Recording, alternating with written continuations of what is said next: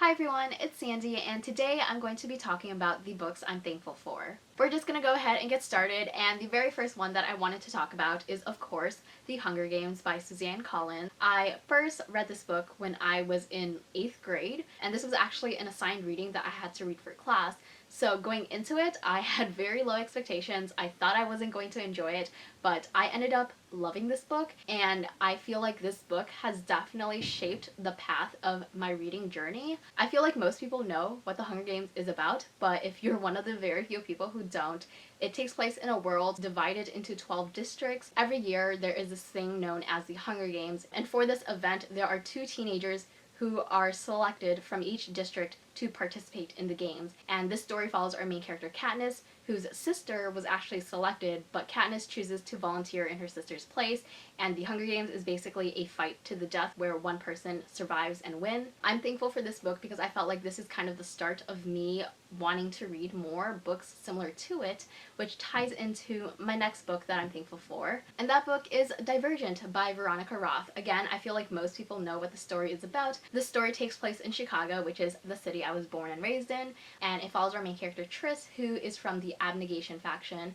There are 5 different factions in this world, and when you're like 16 or something, you get to choose the faction that you stick with for the rest of your life. However, Tris is a special type of character where she is actually divergent, which means that she possesses traits from each different faction that makes her special and dangerous, and the story kind of goes from there. I have talked about this before, but Divergent was essentially the book that introduced me to the BookTube community, and if I hadn't discovered BookTube, I feel like I wouldn't be reading as many books as I do today and reading the types of books that I do today. Seeing people make videos and talk about books inspired me to do the same thing. And honestly, BookTube has really changed my life. It's been a part of my life for so many years, and without Divergent, I wouldn't have discovered BookTube. I mean, maybe I would have discovered it later, but Divergent was definitely the book that opened the doors. The next book that I'm thankful for is a book that I didn't think to include on this list until I started thinking more about the impact that it had on me personally, and that is Crazy Rich Asians by Kwan. This story follows our main character Rachel Chu, who visits Singapore with her boyfriend, and she finds out that her boyfriend is essentially crazy rich. This story is definitely full of drama, and it's so entertaining to read. There are definitely issues within this book. I can't remember all of them, but I did want to mention that the author uses the N-word in here, which is not okay. I know this video is me talking about the books that I'm thankful for, but in this situation, I feel like I'm more thankful for the movie. And obviously, the movie wouldn't have been made if it weren't for the existence of this book. So I feel like I have to mention this book. But the Crazy Rich Asians movie is something that I felt so connected with. There are definitely aspects in the movie that is hard to relate with, especially since it follows a lot of characters who are incredibly wealthy. I'm not incredibly wealthy, so that's something that I can't relate with. But it was just so empowering to see a full Asian cast. And the opening scene that's in the book and in the movie is honestly one of my favorite scenes of all time. I definitely had a really good time reading this book. I laughed a lot.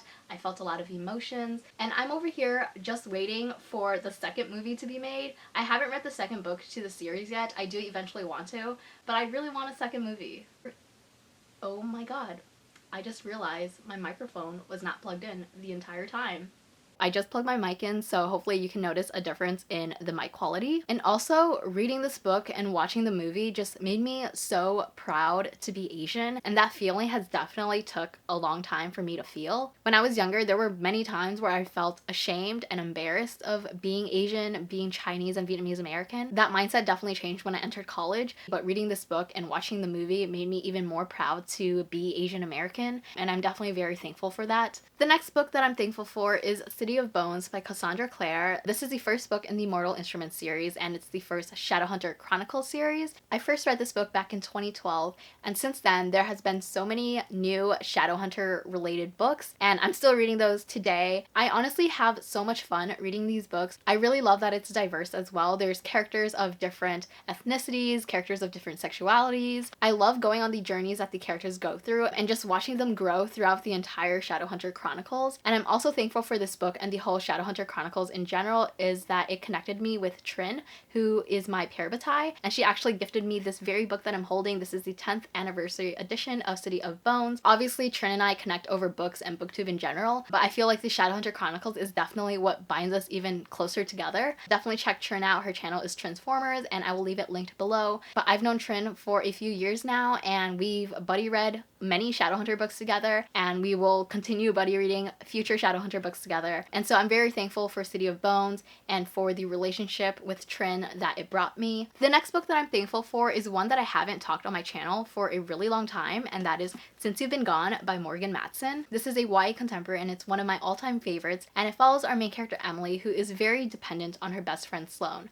But one day, Sloane disappears. Emily has no idea where Sloane went, and she has no way of contacting her. And the only thing that Sloane leaves behind is a to-do list, and it's a list of 13 different things. Some of them are definitely more risky than others. For instance, there's like one that says go skinny dipping, one that says steal something, but there's also some fun ones in there such as apple picking at night and sleeping under the stars. So Emily decides to complete the task on the to-do list in hopes that doing so would bring Sloane back. I'm thankful for this book because I found Emily to be such a relatable character. She's kind of introverted. She likes to do things on the safe side, and that's totally me. I definitely don't identify as a risk taker, and I like to stay within my own bubble. But I really enjoyed reading this book and seeing Emily slowly come out of her shell. This was a perfect summer read. I love the friendships and the relationships that developed in the story, and I regret not rereading it this summer. Obviously, I can read this book anytime, but if I'm going to reread it, I definitely want to read it during the summertime. But overall, I'm really thankful for this book because I felt really connected to the main character